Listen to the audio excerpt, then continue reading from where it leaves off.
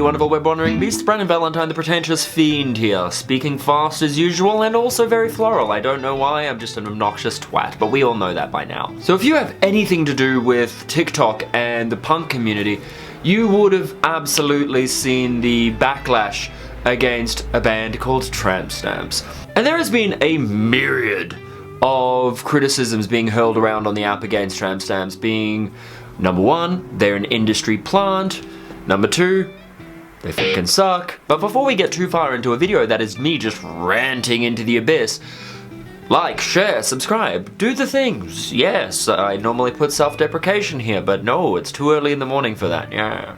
The TRAMP STAMPS are an all-woman pop-punk trio from the States, consisting of two members, both the guitarist and drummer, who work for publishing houses, doing songwriting and some form of production, and a vocalist that seems to have been hopping from one genre to another, possibly working in artist development kind of situations or working with local producers. But the big question we're seeing asked time and time again with this band is, are they industry plants, or everyone trying to expose them as industry plants? But first and foremost, what is an industry plant? In general, an industry plant is any artist or act that has been formed by behind-the-scenes industry members to masquerade as a specific genre in order to invade that space and kind of shake it for as many pennies as they can. And the backlash against industry plants rightfully occurs because these industry-funded entities push other artists who are legitimately trying to form a career for themselves, give back to the compendium of art of that community, and actually add to that culture that they are a part of. Whereas industry plants are generally quite bereft of artistic intent and give very little, if anything, back to the communities that they mimic and rip off. Are the TRAMP STAMPS industry plants? And is my hair shit? It is. They are definitely not a major mainstream artist development style plant, something that has been bubbled up in the belly of a mainstream label or a major label, because they would have better, shrewder marketing techniques and a much more polished, deep, rich product if it was, to be honest. But this project really still has a lot of the behavioral traits of acts that have been put together by managers or producers. The way that this is a band that is less than a year old that has gone straight into the most intense level of online marketing and online campaigning. And for a punk band, an act that has not partaken in any of the grassroots community. And the reason I mention that is, for punk, it is a huge red flag if you have zero community connection, zero attachment to the genre, zero attachment to your local scene. In the end, it's going to be really hard to actually confirm or deny if they are an industry plant and to what degree.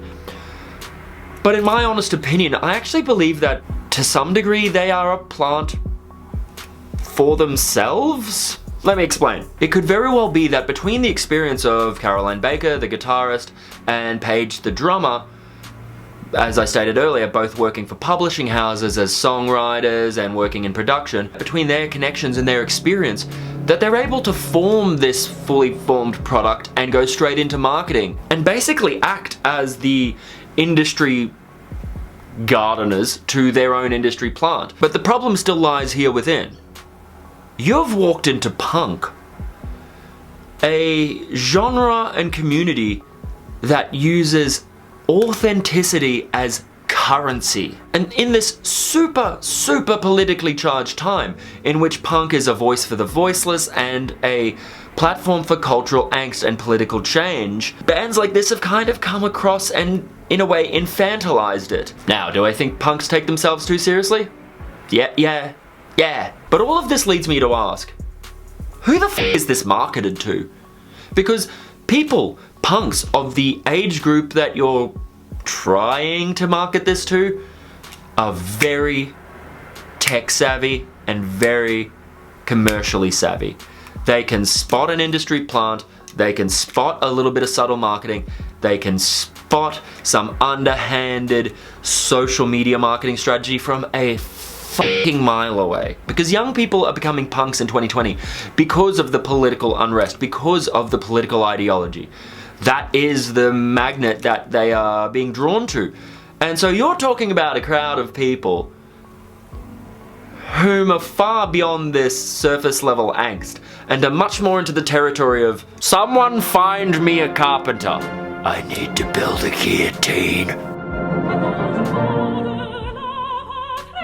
And look, the one thing I will say about this in the positive realm is there's no reason it can't act as a gateway for young women to get into punk territory, pop punk territory, political music. But I mean, there are bands like Camp Cope and Thick and Not Your Girlfriends. I went into this with an extremely open mind because I'm always a really big fan and a huge advocate for women using rock, punk, metal as a platform for their cultural expression and wanting to incite cultural change. I think it's a brilliant and potent platform. But, big but, there are some very dubious lyrics through some of their music which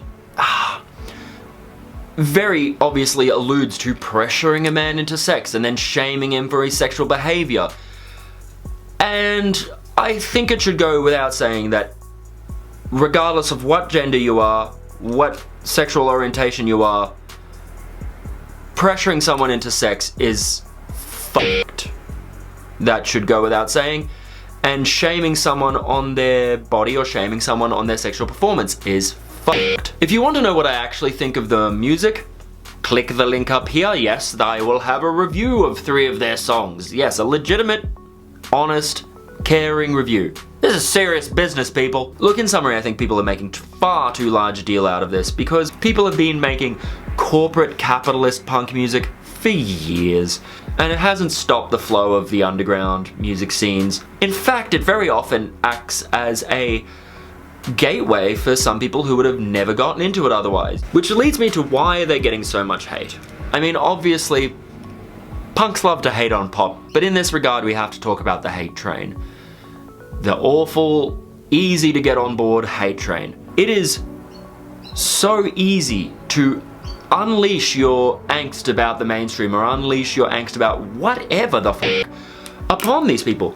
And tramp stamps are a great example because it's risk-free to hate them. If you're a musician in the music industry, you can look at them and say, fuck them, they're shit, oh my god, they're the worst. And you can say whatever you like about them and you're not going to have rebuttal. They're not a big entity. If you're a local band, you're not at risk of losing the support slot playing for tramp stamps. Everyone hates them, and so it's easy to let that out. And I do think that's a shit mentality. I do think it's a shitty little train that everyone can fucking jump on and just go for it. Risk-free hating on people it's cheap. I'll say it's cheap. And isn't it kind of funny that this amount of hate has popped up for a band with less than 10,000 subscribers on YouTube, but people don't rag on 5 Seconds of Summer in the same way. They kind of talk about 5 Seconds of Summer in some guilty pleasure. Could it be that people love ragging on young women?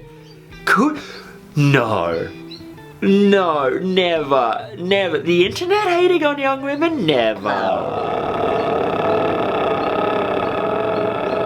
Look, all in all, I do hope that they're not industry plants for the explicit reason that those acts and those artists get used and abused and squeezed out like an old dish rag until they are completely empty in the hope that a few royalty checks come back, and then when they're done and not in the favor of the public limelight anymore, they throw that artist aside and they pick up another one. That's the kind of thing that destroys musical and artistic careers. Anyway, that's my thoughts on the subject. Let me know below what yours are. Brandon Valentine, the pretentious fiend here. Like, share, subscribe, yes, sarcastic comment. And remember, till next time, disregard society in its entirety and for goodness sake remain filthy.